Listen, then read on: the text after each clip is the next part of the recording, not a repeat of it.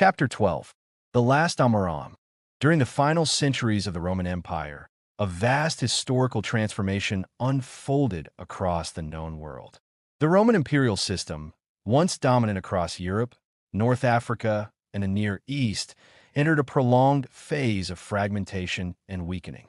External invasions from northern and eastern regions intensified this decline.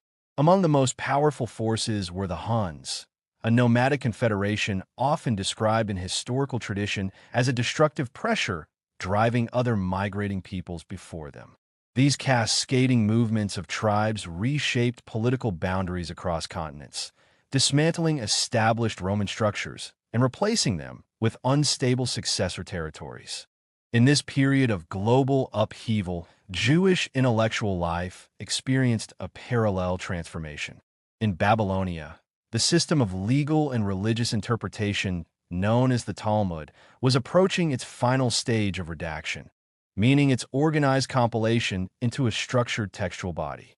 This process reached its decisive phase under the leadership of Rabbana Ashi, born in the year 352 and dying in the year 427. Ashi, the son of Shammai and descendant of an established scholarly lineage, emerged as a central organizing force in Babylonian Jewish intellectual life. At a remarkably young age, he assumed leadership of the Academy of Sora, one of the two principal centers of Jewish legal study in Babylonia, the other being Pumbeditha. Sora had originally been established generations earlier by Rab, one of the foundational AMORAIM, but had fallen into decline before Ashi restored its institutional authority. By the age of approximately 20, Ashi had already taken responsibility for its revival. Coming from a wealthy background, Ashi possessed significant material resources, including forested lands. These resources were even used in broader regional economic systems, including supplying wood for religious practices within the surrounding Persian cultural environment, which included the state-supported traditions of the Magi, the priestly class of the Zoroastrian religion. Despite his wealth, Ashi directed his efforts towards scholarly reconstruction rather than personal advancement. He physically rebuilt the Academy of Sora, which had deteriorated over centuries of use.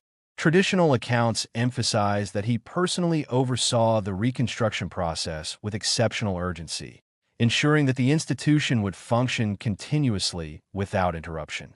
The rebuilt academy was positioned on elevated ground, symbolically and practically overlooking the surrounding city, reinforcing its role as a central intellectual authority. Ashi's scholarly significance derived from his ability to unify two major intellectual traditions within Babylonian Judaism. Sora had emphasized comprehensive legal knowledge, while Pumbeditha had developed a highly analytical and dialectical method of interpretation. Ashi integrated both approaches, creating a balanced system of legal reasoning that allowed the vast accumulated traditions of earlier generations to be organized and systematized. Because of this synthesis, his contemporaries granted him the honorific title Rabbana, meaning our teacher, a designation reserved for the highest level of authority in the Babylonian academies. Over the 52 years of his leadership, he presided over a period of relative intellectual stability in which multiple successive heads led the rival academy of Pumbeditha, yet none matched his influence.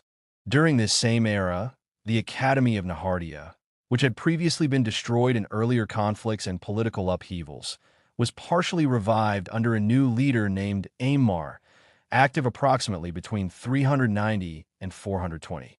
However, even this revival did not challenge the supremacy of Sora under Ashi's leadership. Among the broader intellectual community, even high-ranking figures such as Amor and Mar Zutra voluntarily acknowledged Ashi's authority. Mar Zutra, together with successive leaders of the institution of the Exilarch, known as the Prince of the Captivity, accepted his leadership.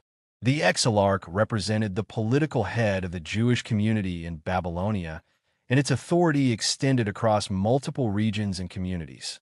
Under Ashi's system, the ceremonial gatherings of the Exilarch, in which representatives from across Babylonian Jewish communities paid formal respect, were relocated to Sora.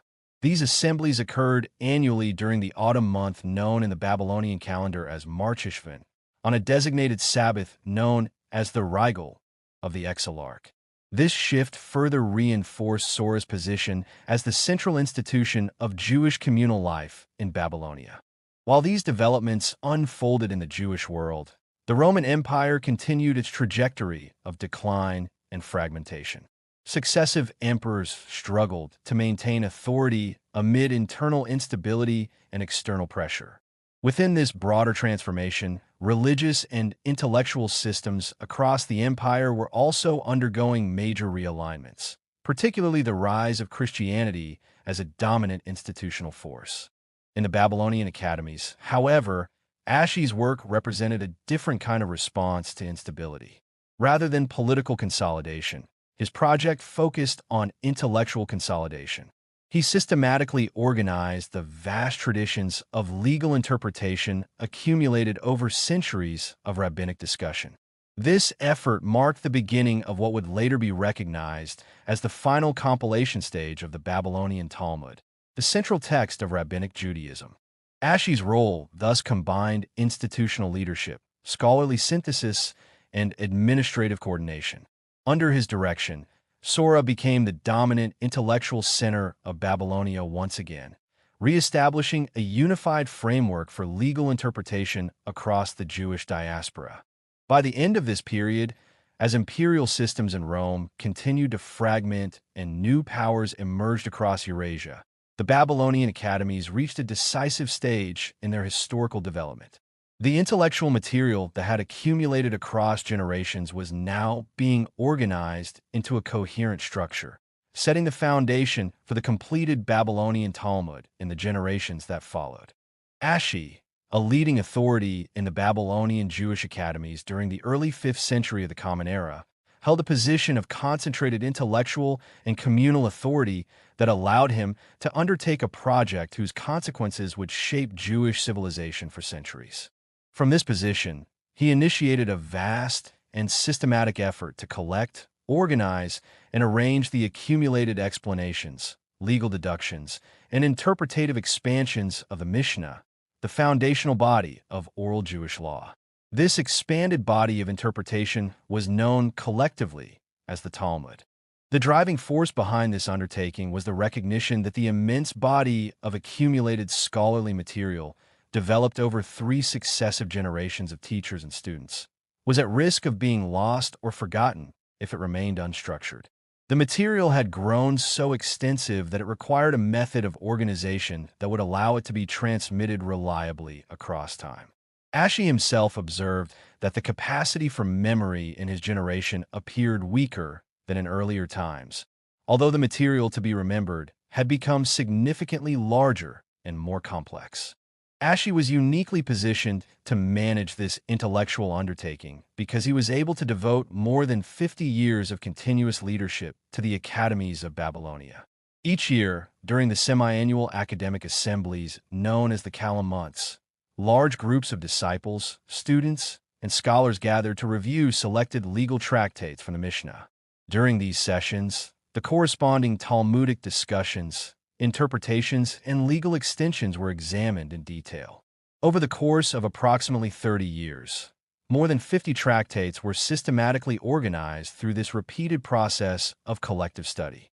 In a later phase of his leadership, Ashi undertook a comprehensive review of the entire organized material, refining and reassessing it for consistency and clarity. What remained after this process of selection, refinement, and critical examination was accepted as authoritative within the Babylonian tradition of Jewish law. Importantly, this vast arrangement of material was not immediately committed to written form. At this historical stage, the recording of oral tradition in written text was still regarded with strong opposition within the religious framework of the time. The prevailing belief held that oral transmission was essential to preserving the living nature of religious interpretation. Writing it down was viewed by many as a violation of its spiritual integrity. This sentiment was reinforced by the historical context in which Christianity had already adopted the written Hebrew scriptures as part of its own religious canon. leading to concerns within Jewish tradition about preserving a distinct identity centered on oral law. Within this intellectual and theological environment, the oral law was considered the defining feature of Jewish identity. It was believed that this unwritten tradition represented a secret transmission of meaning that distinguished the Jewish people from other nations. This idea was expressed in symbolic traditions that described Moses requesting permission to write down the oral teachings, but being denied because future generations would claim equal ownership of divine knowledge through written scripture alone. Instead, the oral law was described as a protected secret of interpretation, accessible only through transmission and study.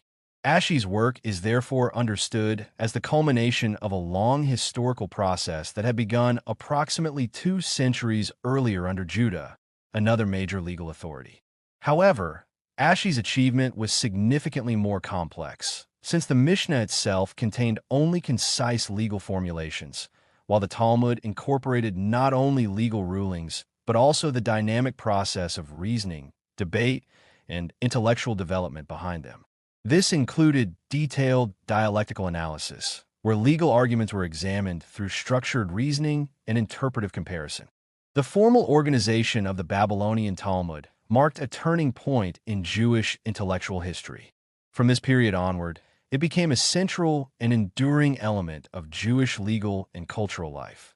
Although Ashi played a decisive role in shaping and organizing this material, he did not complete the entire process alone. His generation still engaged in creative interpretation, and he himself resolved numerous legal questions that had remained unresolved or insufficiently addressed by earlier scholars. His decisions were noted for their clarity, precision, and logical strength, often appearing so direct that later scholars wondered why they had not been formulated earlier. Around the same period, the Jerusalem Talmud, also known as the Palestinian Talmud, reached its final form. The identity of its final compiler is not definitively known, though the latest recorded authorities associated with its completion include Samuel Barban and Jochanan bar Moriah, both of whom were contemporaries of Ashi. The historical setting of Ashi's leadership coincided with the reign of Jezdegerd, a ruler of the Sasanian Empire, which governed Persia during the early 5th century of the Common Era, approximately from the year 400 to 420.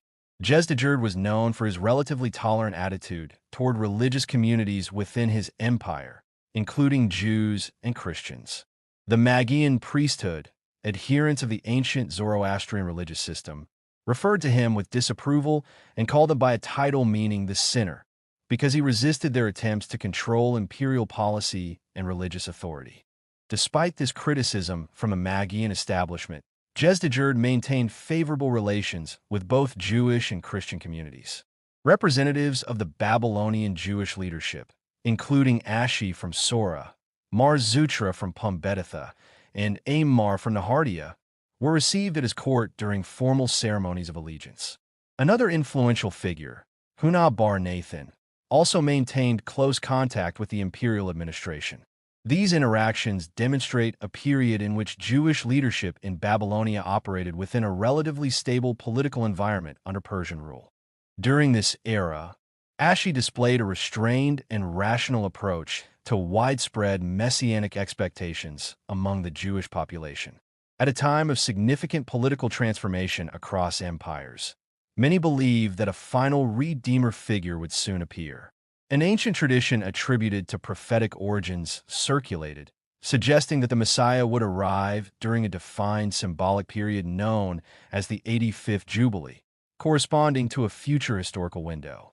Such expectations often generated intense emotional and ideological movements, where individuals attempted to transform belief into immediate historical action. Some figures sought to inspire collective enthusiasm, encouraging others to interpret contemporary events as signs of imminent redemption. Ashi's position, however, reflected a more controlled and cautious approach, emphasizing structured interpretation over emotional speculation and reinforcing intellectual discipline within the study of tradition. Ambrosius of Milan, known in history as Ambrose, the influential bishop of the city of Milan in the Western Roman Empire, was originally a high-ranking Roman civil official. He was not trained as a traditional theologian, yet he rose to ecclesiastical authority during a period when Christian leadership was becoming deeply entangled with imperial politics. His reputation for strictness and aggressive defense of church authority made him a powerful and often uncompromising figure, particularly in matters involving Jews and non-Christian religious communities. At one point, in the city of Rome, Christian groups had burned down a synagogue, a Jewish house of worship. The Roman usurper Maximus, a claimant to imperial power who briefly challenged the established rulers of the Roman Empire, ordered that the destroyed synagogue be rebuilt at public expense from the treasury of the Roman state. Ambrose reacted with intense opposition to this imperial instruction and, in his conflict with authority, went so far as to refer to Maximus in contemptuous terms, accusing him of behaving like a supporter of Judaism because of his decision to protect Jewish property rights. A similar confrontation arose in the region of northern Mesopotamia, in the city of Callinicus. There, the bishop of that city had encouraged Christian monks to destroy a synagogue by burning it completely. The Roman Emperor Theodosius I, who ruled the Eastern Roman Empire at that time, responded by ordering the bishop to rebuild the synagogue at his own personal expense and to punish all who had taken part in the destruction. This occurred in the year 388 of the Common Era. Ambrose reacted with extreme hostility to this imperial decision. In a formal letter addressed directly to Emperor Theodosius, he used severe and provocative language, placing pressure on the emperor until Theodosius ultimately withdrew his order for reconstruction. Ambrose also issued strong accusations against the Jewish population, claiming they did not respect Roman authority and pointing out that they were excluded from holding imperial office, military command, or membership in the Roman Senate. He emphasized that, in his view, Jews were permitted only to exist under the burden of taxation without participating in political or military power. Emperor Theodosius, however, attempted to respond to these tensions through legislation. He proceeded from the principle that Judaism was legally recognized within the Roman Empire and therefore entitled to protection under imperial law. On this basis, he instructed the official known as the Count of the East, a high-ranking imperial administrator, to punish Christian rioters who attacked synagogues and to prevent further acts of religious violence. This directive was issued in the year 393. Despite these imperial efforts, the broader climate of the time was marked by increasing instability, accusations of heresy, and cycles of religious persecution across different Christian factions as well as against Jewish communities. The political and military disruptions caused by barbarian invasions contributed to a general decline in civil order, and violence spread into religious life itself, affecting both church institutions and imperial governance. During the reign of Theodosius I, certain legal protections for Jews were reaffirmed or restored. A previous law from Emperor Constantius concerning Jewish ownership of slaves was reinstated. According to this rule, any Jewish slave owner who converted a slave to Judaism was to be punished. At the same time, a privilege that had earlier been granted to Jews, exempting them from compulsory municipal administrative duties on religious grounds, was abolished under Theodosius. After his death, Emperor Theodosius divided the Roman Empire between his two sons, permanently separating imperial authority into two distinct political systems. One became the Eastern Roman Empire, later often called the Byzantine Empire, ruled by Arcadius from the year 395 to 408. The other became the Western Roman Empire, ruled in this period by Honorius. This division intensified political fragmentation and deepened differences in legal and religious administration across the empire, including policies affecting Jewish communities. In the Eastern Roman Empire under Arcadius, real power was often exercised by influential court officials rather than the emperor himself. Two such officials were Rufinus and Eutropius, both chamberlains who controlled access to imperial authority. Rufinus, known for his pursuit of wealth and influence, found Jewish financial networks useful, and under his influence, several laws favorable to Jews were issued. In the year 396, a law confirmed that Jewish communities retained the right to appoint their own market inspectors, officials responsible for regulating trade and marketplaces, and imposed penalties on anyone who interfered with this autonomy. In the same year, another imperial law protected senior Jewish religious leaders known as patriarchs, ensuring they would not be subjected to public insult. In the region of Illyria, located in the Western Balkans, attacks on synagogues were reported, likely involving elements of the Christian clergy who sought to eliminate Jewish places of worship. In response, Arcadius issued orders to provincial governors to suppress such violence and restore order. Also in the year 397, the emperor reaffirmed earlier legislation granting exemption from civic administrative burdens to Jewish patriarchs and synagogue officials, paralleling privileges already granted to Christian clergy. In addition, Jews were allowed, under certain conditions, to submit legal disputes to Jewish courts and arbitrators, whose decisions the Roman authorities were required to enforce, provided the matters did not conflict with Roman imperial law. However, in a contradictory development in the year 399, a new law subjected even Jewish religious leaders to municipal obligations, known as curial duties, which had previously been avoided due to religious status. This sudden reversal likely reflected internal political changes in the imperial court, including the fall of the powerful official Eutropius during the same year. In the Western Roman Empire, under Emperor Honorius and his military and political advisor Stilicho, the situation of the Jews was less systematically documented, but still marked by shifting policies. Certain communities in southern Italy, including Apulia and Calabria, were subjected to curial obligations, suggesting a reduction in earlier exemptions. In April of the year 399, a law issued in Honorius' name prohibited the collection of a specific tax intended for the Jewish patriarch within the administrative territory of the Western Empire. Funds already collected were confiscated and transferred to the imperial treasury, possibly reflecting financial rivalry between the two halves of the divided empire. However, this restriction was not permanent. 5 years later, in the year 404, the same Western administration reversed its policy and again permitted the collection and transfer of the patriarchal tax. At the same time, Honorius issued conflicting regulations. On one side, he prohibited Jews and Samaritans from serving in military positions within the Roman armed forces. On the other side, he issued protections ensuring that Jews would not be summoned to court proceedings on the Sabbath or on Jewish religious festivals, formally recognizing the importance of their religious calendar within the legal system of the Western Roman Empire. With the reign of the Roman Emperor Theodosius II, who ruled from the year 408 to the year 450, Jewish history entered a new and harsher era, later regarded as the beginning of the Middle Ages for the Jewish people. Theodosius II was personally mild in temperament, but surrounded by monastic influences and ecclesiastical advisors whose growing authority within the Christian Church allowed extreme religious zeal to shape imperial policy. This imbalance of power enabled certain bishops, driven by uncompromising religious conviction, to exercise influence that often led to coercive and punitive measures against non-Christian communities. Under imperial legislation issued during his reign, a series of restrictive laws targeted the Jewish population across the Roman Empire.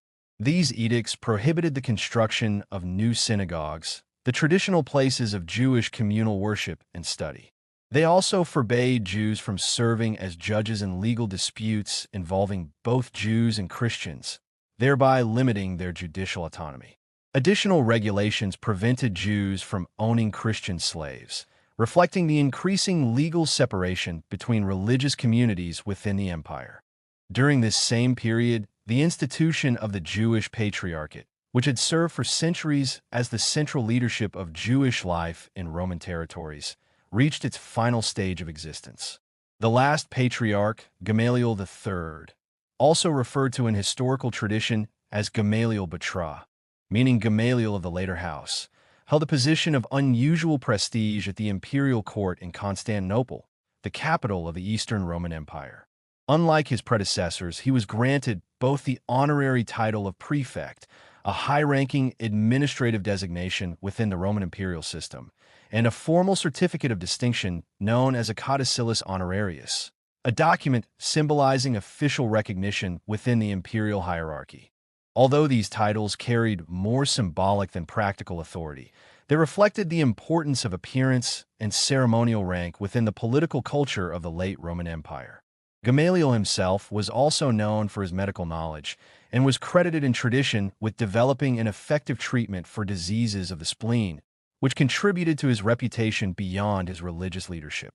Despite the existence of imperial restrictions, Gamaliel III continued certain traditional practices of the Patriarchate, including the construction of synagogues and the exercise of jurisdiction in disputes involving Jewish and Christian parties.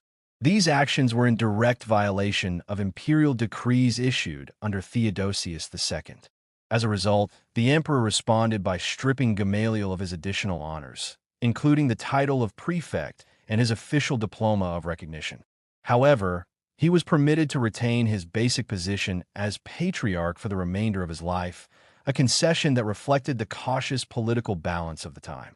The Patriarchate itself was not formally abolished during Gamaliel's lifetime. Its final dissolution occurred only after his death, around the year 425, when no surviving male heirs of his family remained to continue the hereditary office. With this event, the long-standing house of Hillel, one of the most influential dynastic families in Jewish history, came to an end. For approximately 3.5 centuries, this family had led Jewish religious and communal life, producing a continuous line of 15 patriarchs, including 2 named Hillel, 3 named Simon, 4 named Judah, and 6 named Gamaliel. Their leadership had shaped Jewish legal tradition, communal organization, and cultural identity across generations. In parallel with developments in the Eastern Roman Empire, religious tensions intensified in other parts of the Mediterranean world. In Alexandria, a major city in Roman Egypt, Bishop Cyril emerged as a powerful and controversial ecclesiastical figure. Known for his uncompromising temperament and aggressive political religious actions, Cyril mobilized sections of the Christian population against the Jewish community of the city. He directed the seizure of synagogues, transferring them into Christian control, and orchestrated the expulsion of Jewish inhabitants from areas they had long occupied. The violence extended beyond legal or administrative measures. Jewish property was confiscated and redistributed among the local population, often through acts of mob appropriation. The Roman prefect Orestes, the imperial governor responsible for civil administration in the region, opposed these actions and attempted to bring legal charges against Cyril. However, the bishop succeeded in defending his position at the imperial court in Constantinople, leaving the Jewish community without effective protection from state authority. Shortly afterward, a monastic group from a desert region near Alexandria, known as Mount Nitria, became involved in the conflict. These monks, driven by extreme ascetic ideology and religious fervor, supported Cyril's position and attacked Orestes directly, nearly killing him in retaliation for his defense of the Jewish population. The same network of militant monastic supporters was later implicated in the killing of Hypatia, a renowned philosopher and teacher of mathematics and astronomy, whose intellectual influence had extended across the city of Alexandria. Within this environment of escalating religious violence, only one member of the Alexandrian Jewish community, a physician named Adamantius, chose to convert to Christianity. He relocated to Constantinople, where he was later permitted to reside in Alexandria under Christian protection. The majority of the Jewish population, however, endured displacement and continued their existence in exile rather than renouncing their faith. Similar patterns of coercion occurred in other regions of the Roman world. On the island of Minorca, in the western Mediterranean, the Jewish community of the town of Magona faced pressure from Bishop Severus. Through the destruction of synagogues and sustained public harassment, he compelled a number of Jews to accept conversion to Christianity. Jewish settlement in Spain and surrounding regions, however, had existed since the period of the Roman Republic, and in many areas Jews and local populations had historically maintained cooperative relations, including agricultural and commercial exchange. Nevertheless, ecclesiastical councils within the Spanish Church increasingly issued restrictive decrees. Bishop Josias of Cordova, who had also participated in the First Council of Nicaea, convened a regional council at Elvira near Granada. This council established prohibitions forbidding Christians from engaging in trade with Jews, entering into intermarriage with them, or seeking their ritual blessing of agricultural produce. These measures formalized social separation between the communities. In response to increasing marginalization, Jewish communities in various regions developed informal forms of cultural expression, including satire and humor directed at dominant Christian authorities. These expressions often appeared during the Festival of Purim, a Jewish celebration marked by communal gatherings and traditional narratives, during which normal social restraints were temporarily relaxed, allowing for indirect commentary on surrounding political and religious conditions. During the early 5th century of the Common Era, within the regions of the Eastern Roman Empire governed from Constantinople, Jewish communities continued to observe their traditional festivals under increasing pressure from imperial authorities and Christian leadership. One of the most controversial customs occurred during a festival of joy and reversal, when Jewish communities would symbolically represent Haman, the ancient enemy, described in the biblical scroll of Esther as the official who sought the destruction of the Jewish people in the Persian Empire. In this ritual, his figure was displayed on a structure resembling a gallows and then destroyed by burning. Over time, this structure sometimes appeared in a form similar to a cross, whether by coincidence or interpretation. Christian leaders objected strongly to this practice, interpreting it as an insult to their religious symbol. The Roman Emperor Theodosius II, who ruled the Eastern Roman Empire from the city of Constantinople, instructed provincial governors to prohibit such acts under threat of punishment. Despite these orders, the practice was not fully stopped.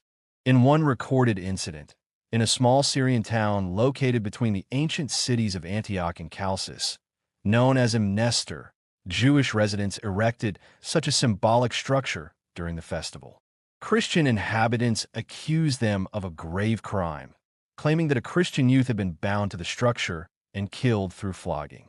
These accusations led to an imperial investigation, and in the year 415 of the Common Era, the emperor ordered punishment of those accused, although the full truth of the event remained disputed.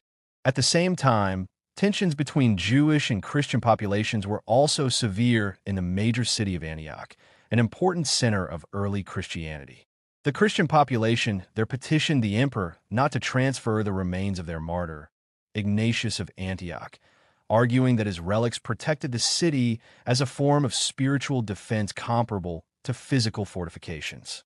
In response to earlier conflicts, Christians in Antioch retaliated against Jewish residents by seizing control of their synagogues, which were places of communal worship and study for the Jewish population. This act created a major legal dispute. Interestingly, several Roman provincial governors, known as prefects, often expressed positions more favorable to the Jews than to the Christian clergy. One Syrian prefect formally reported the seizure of the synagogues to Emperor Theodosius II, describing the act as unlawful. As a result, the emperor initially ordered that the synagogues be returned to their rightful owners. However, this imperial decision was challenged by a highly influential Christian ascetic named Simeon Stylites, a monk known for living atop a pillar near Antioch as a form of extreme religious devotion. Although removed from political life, he wrote directly to the emperor, declaring that only the Christian God should be acknowledged as sovereign authority. He demanded that the order restoring the synagogues be withdrawn. Facing this pressure, Emperor Theodosius II revoked his earlier command and removed the Syrian prefect who had defended the Jewish claim. During the same period, both Theodosius II in the Eastern Roman Empire and Honorius in the Western Roman Empire issued laws that significantly restricted Jewish life. Jews were barred from holding public administrative positions and excluded from military service, roles they had previously been permitted to occupy in earlier Roman administration. Only limited municipal responsibilities remained available to them. Further imperial measures restricted the financial autonomy of Jewish communities. After the decline of the ancient Jewish patriarchal leadership in the land of Israel, Jewish communities had continued collecting funds traditionally designated for support of religious leadership and education. These funds were managed locally by community leaders known as primates. However, on the 30th of May in the year 429 of the Common Era, an imperial decree ordered that all such collected funds be transferred to the imperial treasury. It further instructed that future collections be controlled directly by imperial officials, effectively placing religious community funding under state supervision. This policy reflected a broader pattern in which the Eastern Roman imperial administration absorbed financial systems previously managed by religious institutions, redirecting them for state purposes. Despite these pressures, Jewish intellectual life did not disappear. In the land of Israel, although serious legal scholarship known as halacha faced decline due to political and economic instability, another form of teaching known as agada continued to develop. This form of interpretation focused on narrative explanations of scripture and historical reflection, offering emotional and moral interpretation of earlier traditions. At the same time, interest in the Hebrew language and biblical texts remained strong. This intellectual activity was further stimulated by ongoing debates with Christian scholars, who were increasingly studying the Hebrew scriptures to better understand their original form. The city of Tiberias in the land of Israel remained a central center for Hebrew linguistic study, alongside the smaller town of Lydda. Both locations were recognized as important centers of Jewish learning. During this period, a prominent Christian scholar named Hieronymus, also known in Latin as Jerome, who lived from 331 to 420 of the Common Era, undertook a major intellectual project. He founded a religious community in Bethlehem and sought to translate and interpret the Hebrew Bible in its original language.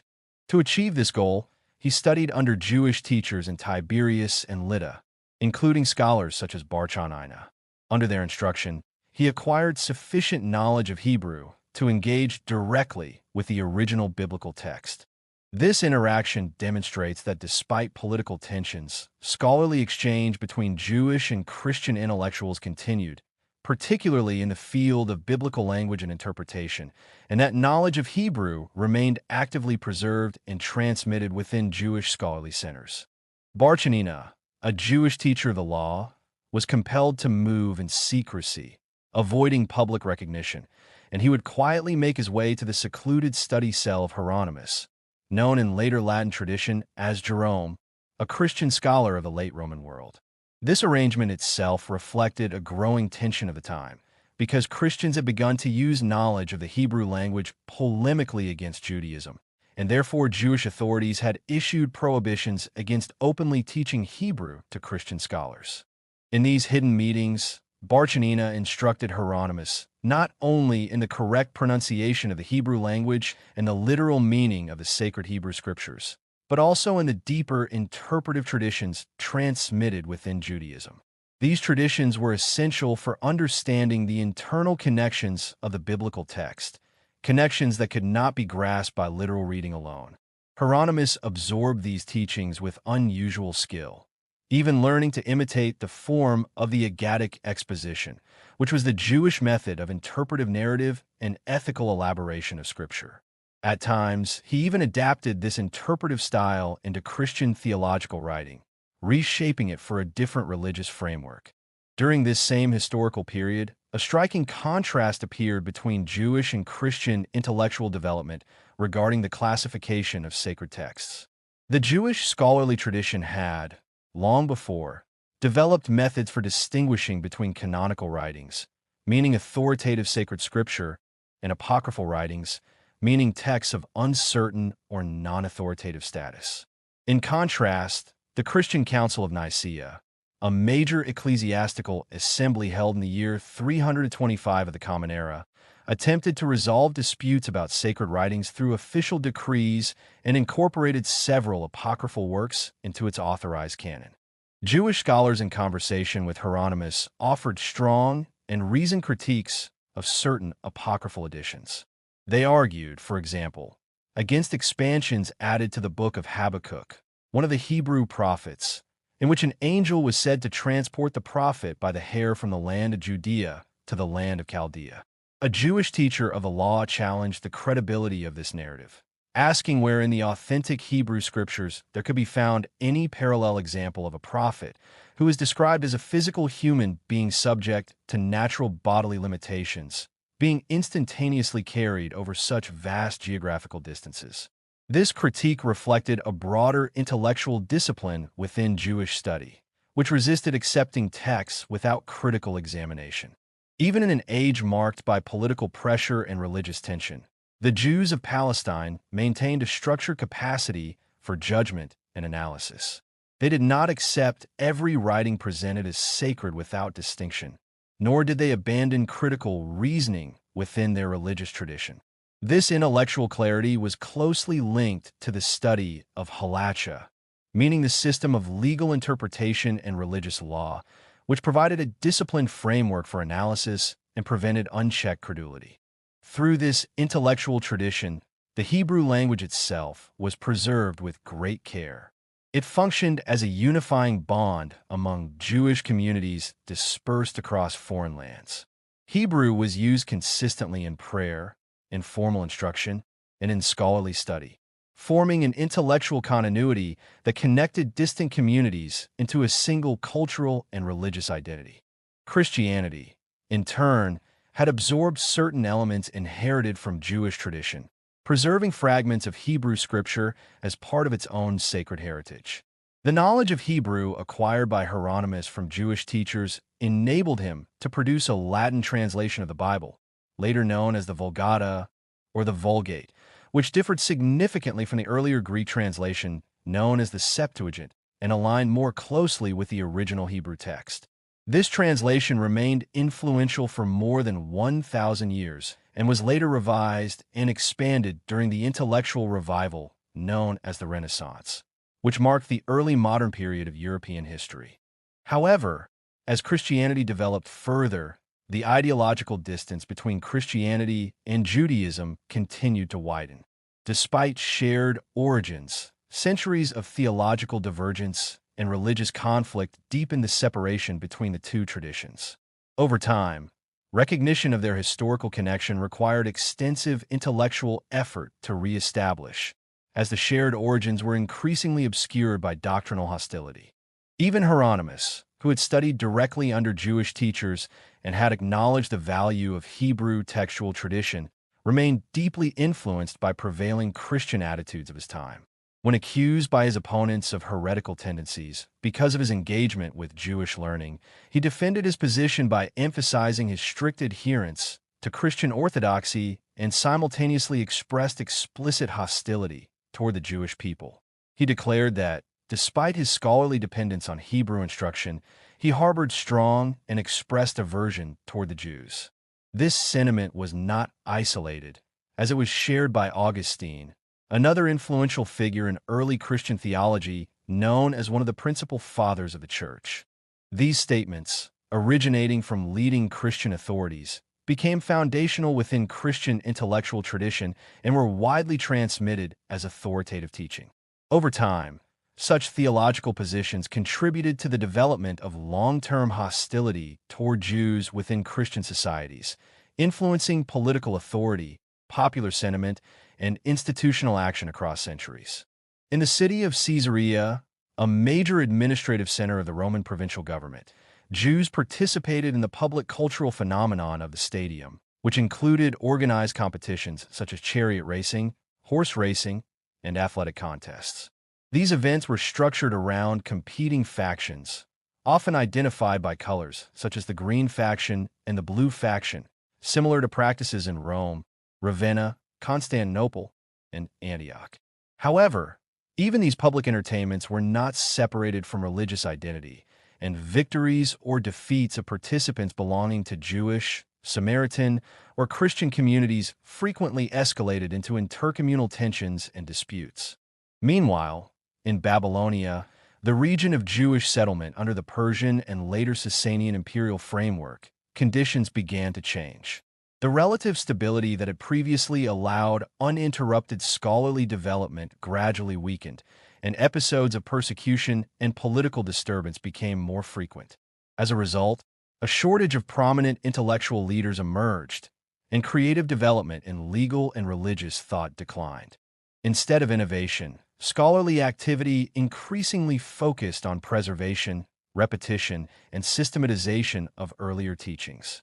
Jewish intellectual history in Babylonia became more cyclical in character, centered on successive heads of academies who taught established traditions and then passed away, with significant historical variation appearing primarily during moments of external crisis. Among the 6 successors of Ashi at the Academy of Sura between the years 427 and 456 of the Common Era, none produced developments of major historical transformation, reflecting the gradual stabilization of scholarly tradition into structured continuity rather than expansion. Some limited influence was attributed during this period to Mar, the son of Ashi, who is also known by the additional name Tabion. Ashi refers here to the respected Babylonian scholar Rav Ashi, one of the principal editors of the Babylonian Talmud, the central compilation of Jewish oral law. His son Mar bar Ashi continued within this scholarly tradition.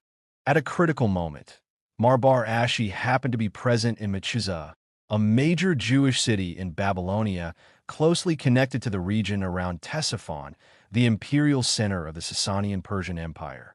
While he was there, news arrived that a vacancy had opened in the leadership of the Suranian Matibta, meaning the Academy of Sora, one of the most important centers of Jewish legal study in Babylonia.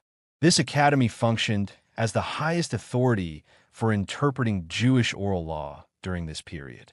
Mar bar Ashi immediately hurried to Sora, arriving at a decisive moment when the members of the academy had already assembled for the election of a new head. Delegations were sent to consult him regarding the candidacy of Asha of Difta, another respected scholar. However, Mar bar Ashi managed to detain these delegates, along with additional envoys sent afterward, until their number reached 10, which held symbolic legal significance in Jewish communal procedure. At that point, he delivered a formal lecture before them. As a result of this strategic intervention, he was acclaimed by those present and appointed as Resh Matibta, meaning head of the academy, in the year 455 of the Common Era. Asha of Difta, who had been a leading candidate for the position, was deeply wounded by this outcome. He interpreted the result as personal misfortune and expressed it through a traditional saying that reflects a sense of irreversible destiny, that one who is unlucky cannot attain success, suggesting that fate had prevented his elevation regardless of merit. In the same general period, a major escalation of persecution against Jewish communities began in the Babylonian territories under the rule of the Sasanian Persian Empire. This marked the beginning of a prolonged sequence of violent religious repression carried out by the final rulers of the Neo-Persian dynasty, placing the Jews of Babylonia in a condition of suffering comparable to that experienced by Jewish communities under the Roman Empire. During the reign of Jezdegerd III, who ruled from the year 440 to 457 of the Common Era, a sudden and severe change occurred in imperial religious policy. Unlike earlier phases of his reign, he initiated restrictions specifically targeting Jewish religious practice, including a prohibition on the public observance of the Sabbath in the year 456. The underlying cause of this shift is attributed in historical tradition to the growing influence of the Magi, the Zoroastrian priestly class of the Sasanian Empire. These religious authorities exercised strong influence over Persian rulers, similar in structure to the influence Christian ecclesiastical leaders held over Roman emperors. The Magi of this period are described as adopting forms of religious competition and coercion similar to those found in Christian missionary activity. At the same time, the spread of Christianity and the rise of Manichaean teachings, a syncretic religious system combining elements of Judaism, Christianity, and Persian religious thought, intensified accusations of heresy within the empire. Jezdegerd III also launched persecution against both Manichaeans and Christians, indicating a broader environment of doctrinal conflict. Within this climate, Judaism was eventually classified among the religious groups subjected to imperial suspicion. Although historical sources do not preserve detailed accounts of Jewish reactions to the Sabbath prohibition, it is inferred that many Jews would have attempted to maintain observance through discreet or indirect means. The duration of this restriction appears to have been relatively short, lasting approximately 1 year, since Jezdegerd III was killed shortly afterward. His death led to a civil war between his sons, Chodar-Warda and Firas, over control of the Persian throne. During this transitional period, Mar-Bar Ashi remained the principal authority within the Saranian Academy. Although nearly all of his legal decisions, with the exception of 3, were later accepted as binding within the tradition of Jewish law, he did not achieve extraordinary personal fame in comparison to earlier scholars. His work continued the editorial process initiated by his father, Rav Ashi, particularly in the final organization and completion of the Babylonian Talmud. Mar-Bar Ashi incorporated both his own rulings and those of his father into this system of legal tradition. The historical context of persecution contributed to a strong sense among scholars that the continuity of tradition was fragile, encouraging the final stages of compilation. One of the few preserved personal characteristics of Mar-Bar Ashi highlights his strict sense of judicial impartiality. He stated that when a fellow member of the scholarly association appeared before him in court, he would refuse to judge the case, considering such individuals as akin to close relatives, and fearing that personal familiarity might compromise fairness in legal judgment. After the death of Mar-Bar Ashi, Jewish communities in the Persian Empire were subjected to an even more severe persecution under Firas, who ruled from the year 457 to 484 of the Common Era. This phase of repression was significantly more intense than that of his predecessor, Jezdegerd III. According to historical accounts, Firas was influenced by members of the Magi priesthood and was motivated by a desire for vengeance after accusations that certain Jews had killed and flayed 2 Magi in the city of Ispahan. As retaliation, Firas ordered the execution of half the Jewish population of that city. He also forcibly removed Jewish children and placed them under state control in the Temple of Horvan, where they were raised in the religious tradition of fire worship associated with Zoroastrianism. The persecution expanded across Babylonia and continued over several years until Firas eventually died. During this period, Marzutra's son Hunamari, who held the position of prince of the captivity, along with 2 prominent teachers of Jewish law, Amar bar Marjanka and Mesher Shea bar Pakid, were arrested, imprisoned, and executed between the years 469 and 470. These individuals are regarded in tradition as the first martyrs executed on Babylonian soil in this era, marking a symbolic moment in the history of Jewish suffering under Persian rule. A few years later, the persecution intensified further. Jewish educational institutions were closed, public assemblies for the teaching of religious law were prohibited, Jewish judicial authority was abolished, and Jewish children were forcibly compelled to adopt the religion of the Magi. At approximately this same period, the city of Sora, one of the central seats of Jewish learning in Babylonia, appears to have been destroyed. Firas, whose methods of repression are often compared in severity to those of the Roman Emperor Hadrian, introduced a new system of coercion aimed at removing Jewish youth from their cultural and religious environment and raising them within the state religion of Persia. Because of this, later Jewish tradition referred to him with the epithet the Wicked, known in Hebrew as Piras Reshia. One major consequence of this persecution was the migration of Jewish communities beyond Babylonia. Groups of Jewish settlers moved southward into regions of Arabia and eastward as far as India, forming new diaspora communities. This movement toward India is specifically associated with the time of Firas' persecution. A figure named Joseph Rabin, described as a Babylonian Jewish leader, arrived with several Jewish families on the Malabar coast of southern India in the year 4250 of the Jewish calendar, corresponding approximately to the year 490 of the Common Era.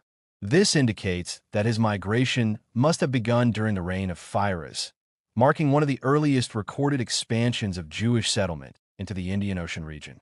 Ervi, also known in historical records as Aravi, The Brahmin ruler of Kranganer in the southern regions of the Indian subcontinent extended protection to Jewish immigrants who had arrived in his dominion. He granted them the right to settle peacefully under their own religious laws and to maintain internal governance through their own appointed leaders, known in local tradition as Mardelir, meaning community chiefs or governors. The first of these leaders was Joseph Rabin, a central figure in the formation of this Jewish settlement in India. The ruler of Kranganer elevated Joseph Rabin to a status comparable to that of native Indian princes, granting him hereditary privileges that would pass to his descendants. In a highly symbolic recognition of authority, Joseph Rabin was permitted ceremonial honors typically reserved for royalty. He could ride upon an elephant, be preceded by a herald announcing his presence, accompanied by musicians playing drums and cymbals, and be seated upon a ceremonial carpet during public appearances.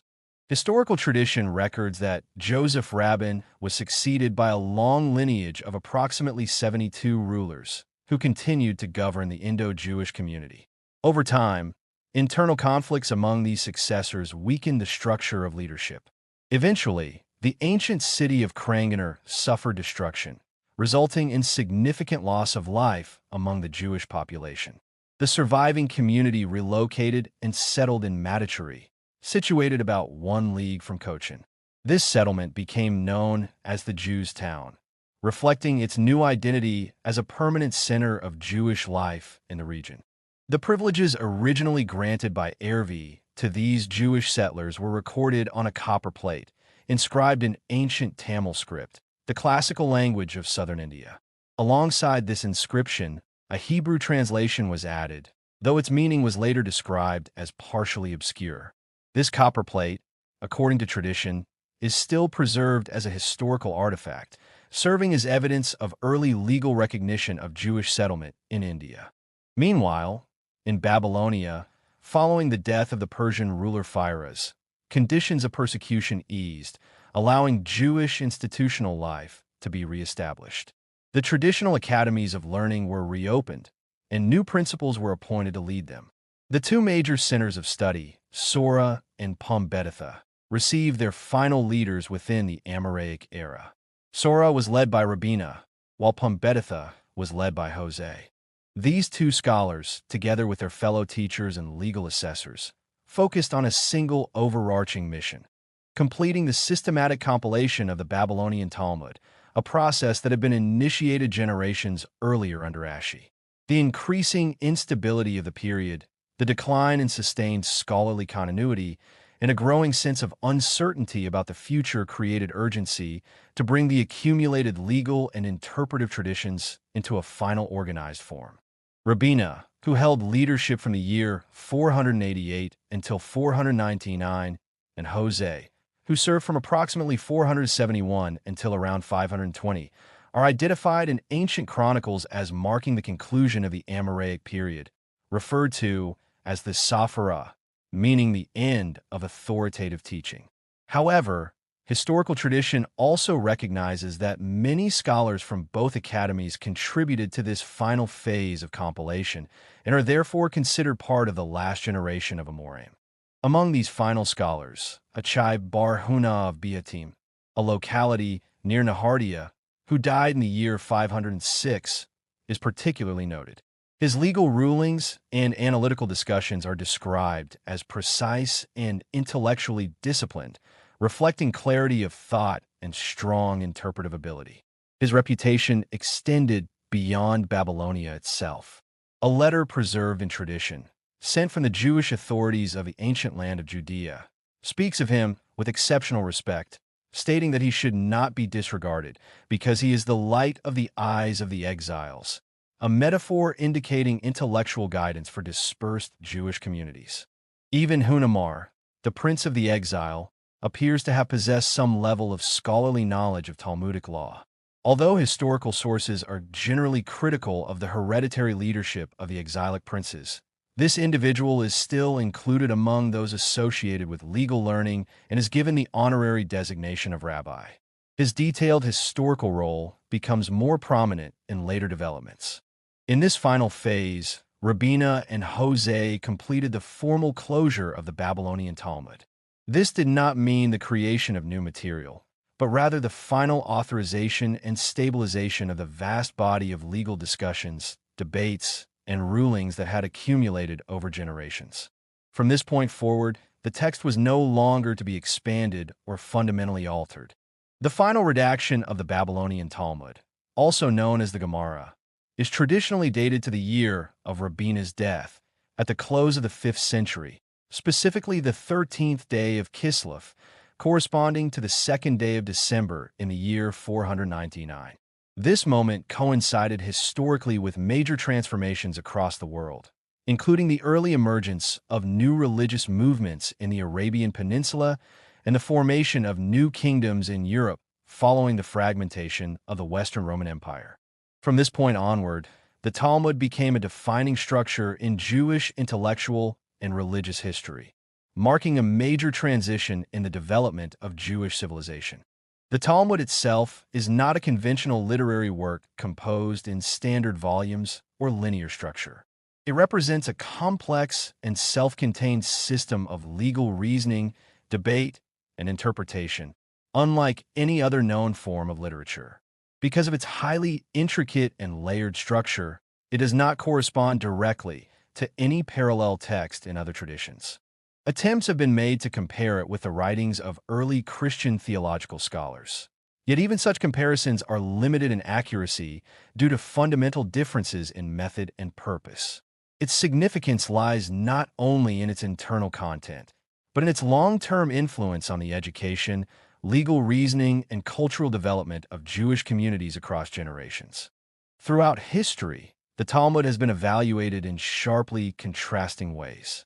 At certain times, it was condemned and even publicly destroyed, often based on selective readings that emphasized difficult or controversial passages while ignoring its broader intellectual structure and legal contributions.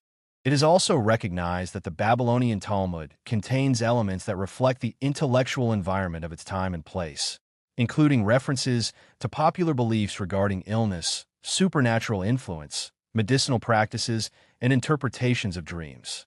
These elements reflect the broader cultural context of late antique Babylonia, where such ideas were widely present, even as they coexisted with structured legal reasoning and religious analysis rooted in Jewish tradition.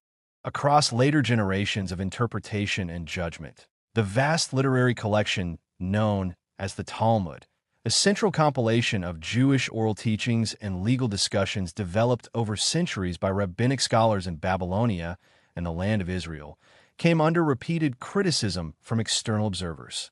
Within these criticisms, isolated passages were singled out in which certain statements appeared to judge other nations or religious groups harshly, and other sections were accused of presenting interpretations of the Hebrew scriptures that seemed forced, distorted, or lacking refinement.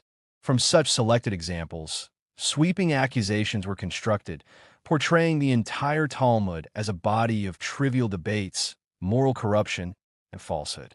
Such judgments, however, did not take into account the fundamental nature of the work itself. The Talmud was not authored by a single individual whose responsibility could be assigned to every sentence. Rather, it is the accumulated product of many generations of Jewish scholars, legal teachers, and community leaders, spanning more than 6 centuries of intellectual development. Each layer reflects a different historical period, a different environment, and a different intellectual voice, preserved together as a continuous record of debate, reasoning, and legal inquiry. This vast compilation can be compared to an archaeological city preserved in time, where entire layers of civilization remain intact. Like the ancient cities buried in volcanic ash and later uncovered as preserved historical sites, the Talmud contains multiple strata of thought, each retaining its original character. Within its pages, formal legal reasoning appears beside informal discussion. Elevated moral reflection stands alongside practical legal argument, and abstract thought exists next to everyday human concerns. Because of this structure, it is not unusual to find contrasting expressions placed side by side. Elevated moral ideals, strict legal reasoning, emotional statements, and even moments of rhetorical exaggeration all appear within the same textual tradition. This coexistence reflects the living nature of the discussions from which the Talmud emerged, rather than a single unified literary style. Expressions that appear harsh or dismissive toward others often originated in specific moments of debate or frustration within scholarly discourse. These statements, spoken in limited context by individual teachers, were later preserved by students who sought to record every detail of their master's teachings with precision. As a result, even incidental remarks were transmitted alongside formal legal rulings, without always preserving the original tone or circumstance in which they were spoken. Balanced against these passages are extensive teachings emphasizing ethical conduct, kindness, and respect toward all human beings, regardless of origin or belief. Alongside legal argumentation, the Talmud also preserves strong warnings against superstitious practices borrowed from surrounding cultures, forming a structured opposition to practices considered foreign to its religious framework. The Babylonian Talmud, developed in the Jewish academies of Babylonia under scholars known as AMORAIM, differs in character from the Jerusalem or Palestinian Talmud. It is marked by expansive reasoning, intellectual movement, and complex analytical development. Rather than presenting conclusions in a fixed and simplified form, it often preserves the process of discussion itself, showing how ideas evolve, are challenged, and are refined. This method creates a distinctive intellectual environment in which reasoning unfolds step by step, revealing the formation of ideas rather than only their final form. As a result, the text often moves through multiple layers of argumentation, sometimes reaching highly abstract levels of analysis. For the Jewish people over many centuries, this Babylonian Talmud became a foundational intellectual and cultural structure. It functioned not only as a legal code, but also as a framework for thought, education, and communal identity. Across dispersed communities living under different political conditions, it provided a shared system of study and interpretation that connected them intellectually across geography and time. Within this tradition, reality itself was often interpreted through the lens of Talmudic reasoning. Legal decisions, ethical judgments, and religious understanding were frequently measured against its discussions, giving it a central role in shaping intellectual life. Even earlier scriptural texts, including the Hebrew Bible, prophetic writings, and poetic compositions attributed to ancient figures, were commonly studied through interpretative methods developed within the Talmudic tradition.